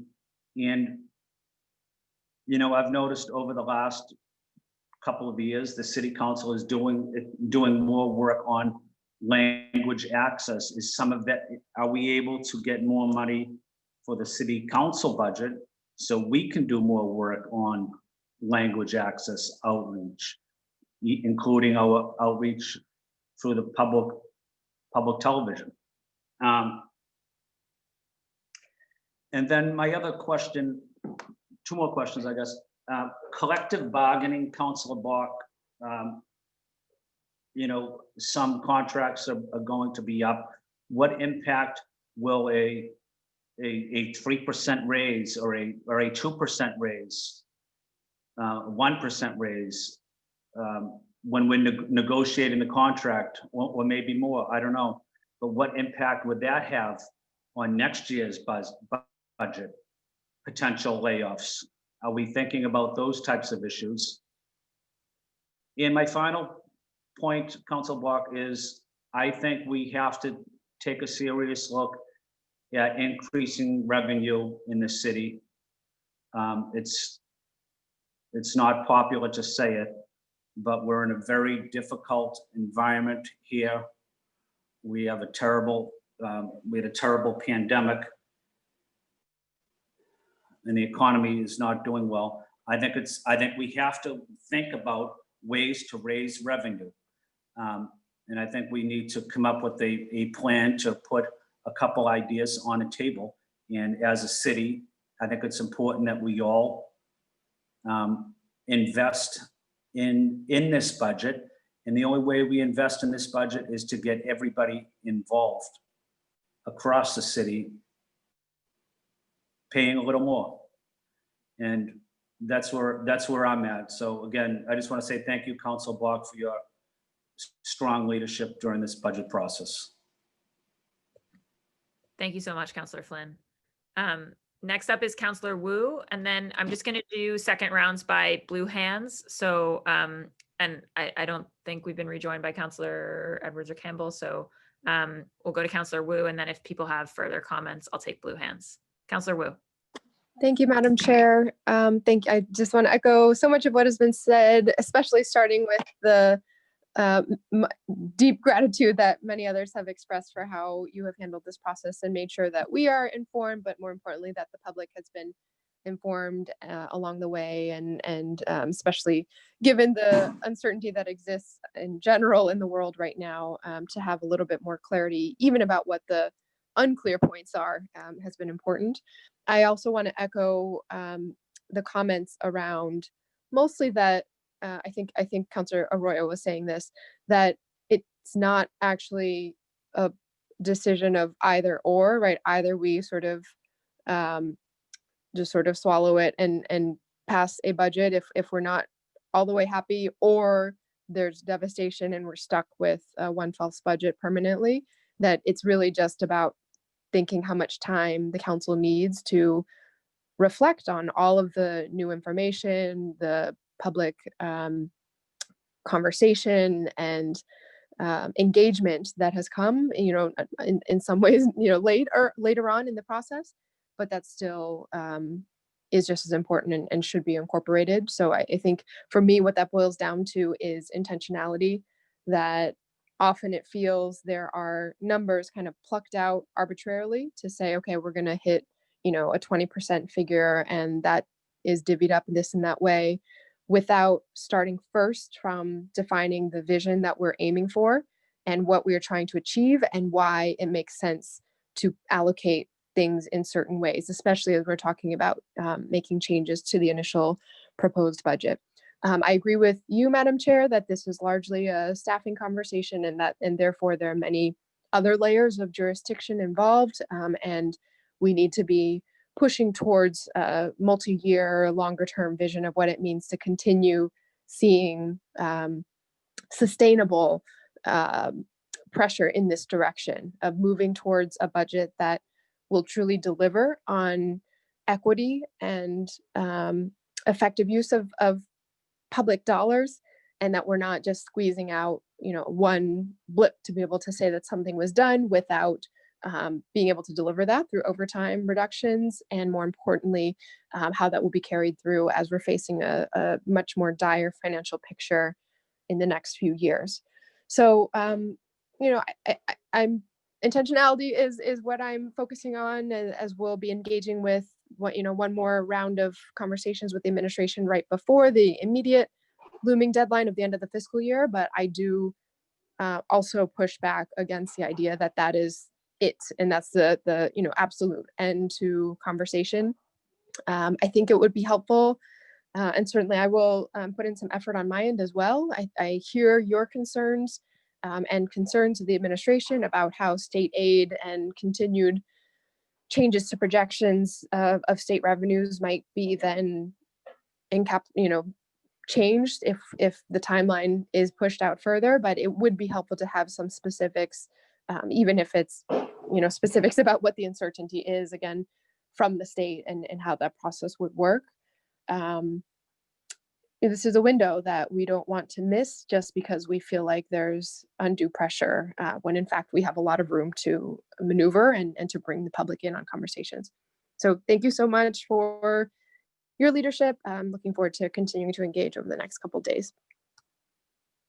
Great. Thank you so much, Councillor Wu. So going by blue hands, next up is Councillor Flaherty, and then President Janey. Councillor Flaherty. Thank you, Madam Chair. I was just, obviously we talked a little bit about 911 in the first round. Also, something we need to be mindful of is that we're not really keeping up with attrition.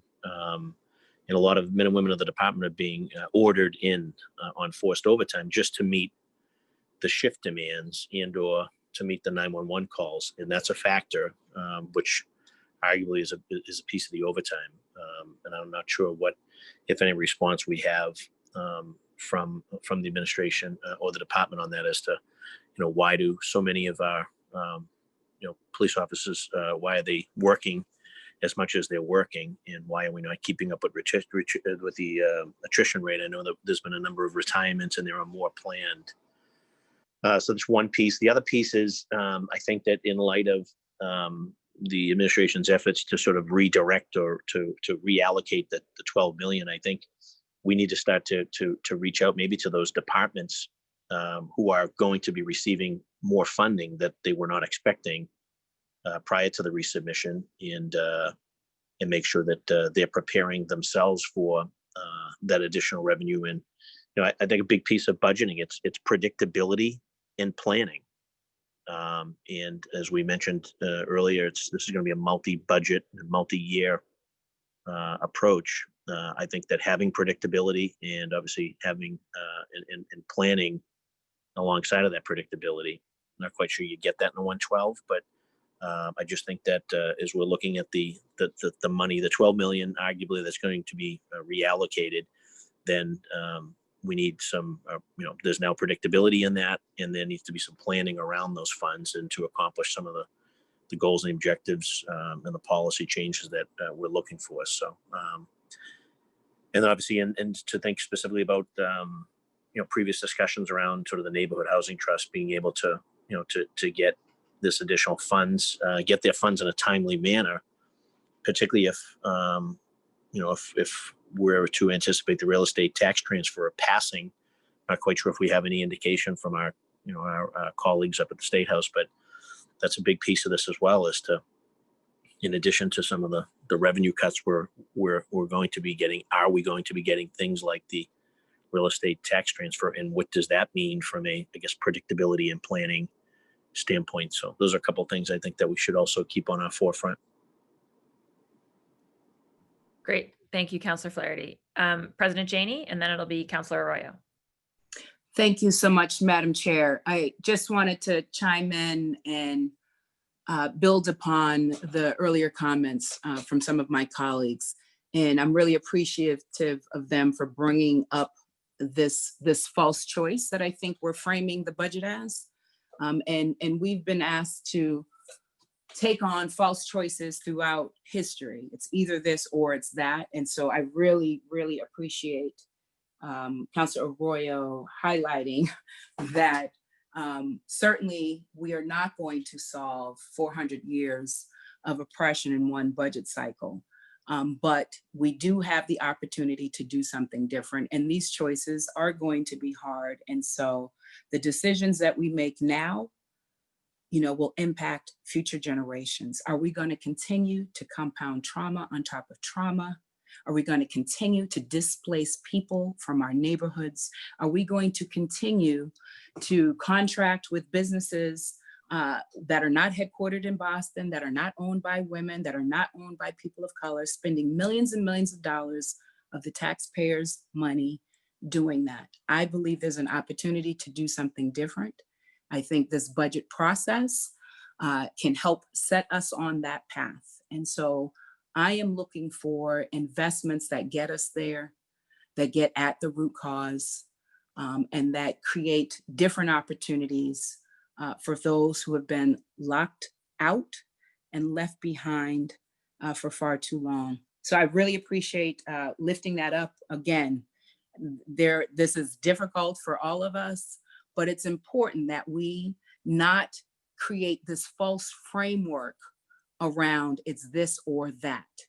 The same thing with the police. Either we care about Black lives or we care about the police. We can care about the police in our communities. Many of us know police officers who are doing good work, but we can also call out the nonsense when it comes to violence and abuse against people of color. And by calling that out, it does not mean that you don't support good police work when you see it. So we've got to push back against this false narrative, this false choice, the way we frame things, because we're not going to be able to move forward if we stay stuck in that paradigm. So thank you again, Madam Chair, for your leadership in this process. I want to thank my colleagues for their advocacy, and certainly to all of the advocates, to all of the residents in our city, to all the community groups that have been weighing in with real concrete solutions. Thank you for participating in this process as well. Thank you. Thank you so much, Madam President. And I do just want to say before I go to the next person, just from my perspective, because I hear the argument about the false frame, and I think that it's not so much that we hit Armageddon if we go into a 112 in July. The piece that I was really trying to lift up, and that I want to emphasize again, is that I want to see us shift fundamentally the way that we apportion money in the city. And I think that I just want to stress for folks, that a 14% increase in a department like we have in public health and a 40% increase in D&D are not things that we see in a normal budget cycle. Like it is like the housing thing. I mean, people know I'm an affordable housing person. This budget is like making a major shift in the way we apportion resources. And so to me, the risk here is less about the risk of, are we going to be meeting our sort of normal levels of service, et cetera, if we go over this edge? It's more that as we talk about a multi-year plan to move forward into a more just city, to me, one of the critical pieces of that is increasing substantially our commitment to affordable housing. And that is something that's in this budget, and it's unusual. So I just want to flag for people that that's an important consideration that I was raising, and I raise that more maybe in my capacity as a counselor than as the chair. But it's not it's not necessarily about a, oh, like we got to stay with the status quo. It's more that there's an opportunity to move on something pretty related to what we're talking about that I don't want us to totally lose sight of in this mix, but it's just my 2 cents. Councilor Arroyo. Thank you, Madam Chair. And I just want to kind of, because Councilor Flaherty brought it up, and I think that's an important discussion to have about, I think Councilor Flynn also brought it up about the number of units that we have in our districts patrolling at any given time. And while we've been in this conversation, I know on Monday you said the administration has a chance to speak to us. Just to clarify. Yes, absolutely. Yes. Okay, so I just kind of want to put this on the table. I've spoken to a number of different police members, Boston police members at different ranks. And one of the things that was brought to my attention repeatedly, almost by all of them, was that they do have officers who live in each district, right? So they are in that district at any given time. You have a certain number of officers on patrol. And then they have the special units. And the way in which they build their capacity at the district level, which is what we all keep saying is so important, having officers on the ground in the district level, is by using their overtime to get folks from the bike unit or these other units to make up the deficits that they have because they don't live at home at the district level.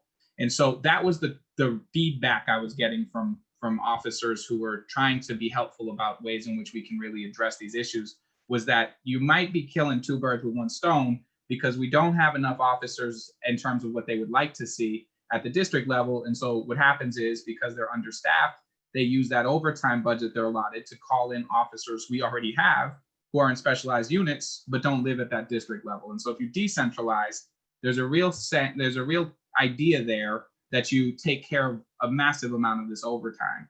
And so when we're talking about solutions to this, I do think that officers have to be at the table on that, but we also have to just have those kind of discussions, right? What are we talking about? What is causing all of this overtime? Why are we allotting so much overtime to district officers where they're using that overtime to fill in ranks that possibly could be used by decentralized units, right? And so those are the kinds of questions that I'd like to have answered on Monday. Just it is into the capacity as which they can go into it. It might even be a call or a meeting or something like that. But those are the kinds of solutions that I think we're looking at, because I think there's a world in which, you have officers more centralized in our districts and less all over the place in terms of the bike unit and all these other places, right? Because they can still be the bike unit, but they can form up for major events, but they're centralized in the districts. And so that was something that just kept coming up that I want to make sure I highlight, since I know Councilor Flynn and Councilor Flaherty have talked about, the officer capacity at the district level, not necessarily overall. And so I just wanted to highlight that I've had those conversations. That I think it'd be interesting to hear more about that from the administration in a more data-driven, significant way. Great. Thank you, Councilor Arroyo. Councilor Mejia, and then Councilor Flynn. Councilor Mejia? It's muted. Can you hear me? Yeah. Yep, we can hear you and see you. Thank you. So I just really want to echo Councilor Janey's comments in terms of this moment in time that we have now. And I'm going to be, everybody knows this is my first budget, so I'm managing all of my expectations in terms of the process and the outcome of it. But I do think it's important for us to really seize this moment and right a lot of the wrongs. It's really frustrating to a lot of the advocates and people who have been fighting for issues like housing, like education, police brutality, to keep hearing wait. Councilor Bach and I really do appreciate, the thoughtfulness of the 3-year plan, but right now it's just the level of frustration of the waiting game is beginning to take a toll on a lot of folks, right? So the question is, and what I've been asking myself is what's it gonna take for us to ensure that we're looking at this as a long-term game, but that we are leading in a way that is bolder and louder about the things that we need to invest in, right? And I think that that's what our constituents are looking to us to do. And I think in terms of the managing of the expectations, that's just something that I'm gonna have to reconcile with, but I just don't feel comfortable right now going into this budget vote, knowing that the things that people have been fighting for are gonna be put on hold. And you know, another year or so. It is like, it's now or never, right? And it's this us versus them, like you can't have it all, and but here you can have a little bit of this. It's just, I don't know if that's sending the right message in this time. There's people are frustrated and fed up, and I share that sentiment. And I think that the budget needs to reflect not just our values, but the constituents that we serve. And everybody has a different constituency group, but I think we could all agree that we all want what's best for everybody. And if we can get to a place where we can bring our differences to the table and come up with something that is a little bit more comparable to making sure that nobody feels like that they didn't get what they were looking for. And I feel like, I don't know, I just feel like we have too much at stake, and we don't have enough people. I mean, I don't know, it's not to say that we don't have enough people, it's just like, I didn't run to play politics, and I always say that. This is not an opportunity for us to play with people's lives. And I think we have a responsibility to do what's right now, not do what's right when it's convenient. And we have to be uncomfortable, and it has to be all of us. I know we're not all gonna be in agreement, but it has to be something where all of our, you know, we have to recognize that everybody has little pockets of diverse perspectives in each of our districts. And those voices need to matter during these times. And so I think, you know, I'm really pushing for us to go harder, be louder, be bolder, and more aggressive about what these times require. And I'm not interested in watering down any of these advocacy efforts that we have been making here on the council and what we've been hearing from the streets. And so it is like, go hard or go home. That's what these times require. And that is what people expect of us. And that's what I'm looking for. Thank you, Councilor Mejia. Councilor Flynn. Councilor Flynn? Yep, thank you, Council Block. Council Block, I think it was said previously, but I just want to stress as it relates to the budget, our long-term plan this year and over the next several years have to be factored in as it relates to the Long Island Bridge. I would like to know where we're at in terms of the Long Island Bridge, but also what funding is available to sustain that and to sustain the efforts that we're doing in the South End, Roxbury, and in South Boston as well, along that area of near the Boston University Medical Center. I know Captain Sweeney, working closely with the South End community, Steve Fox and the South End Working Group, in the police, in health providers, substance abuse counselors, medical professionals. They had a very good plan, and it was effective. I know it was off track since COVID-19, but I also want to see that great progress that they've been making in that South End area continue. But just overall, what is the financial situation for building the Long Island Bridge? What about the infrastructure on Long Island? The houses out, how much money is being invested in there? The roads on the island as well, and how much money do we need to sustain that island yearly once the bridge is built? So those issues are critical. Thank you, Council Block. Great. Thank you so much, Councilor Flynn. Seeing no more blue hands, Carrie, can you just throw my last slide back up for a second? Thank you.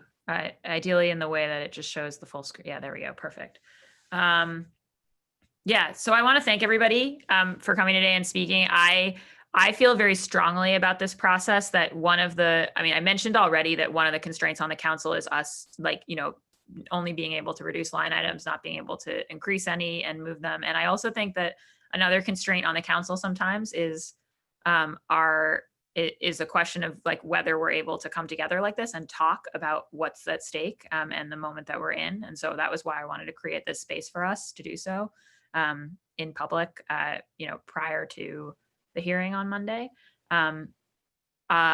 I think what I want to say to Councillor Mejia's really good point is that I think we have to meet this moment and we have to meet it urgently. And I think I want to borrow a metaphor from Councillor Arroyo, which is about moving a big ship.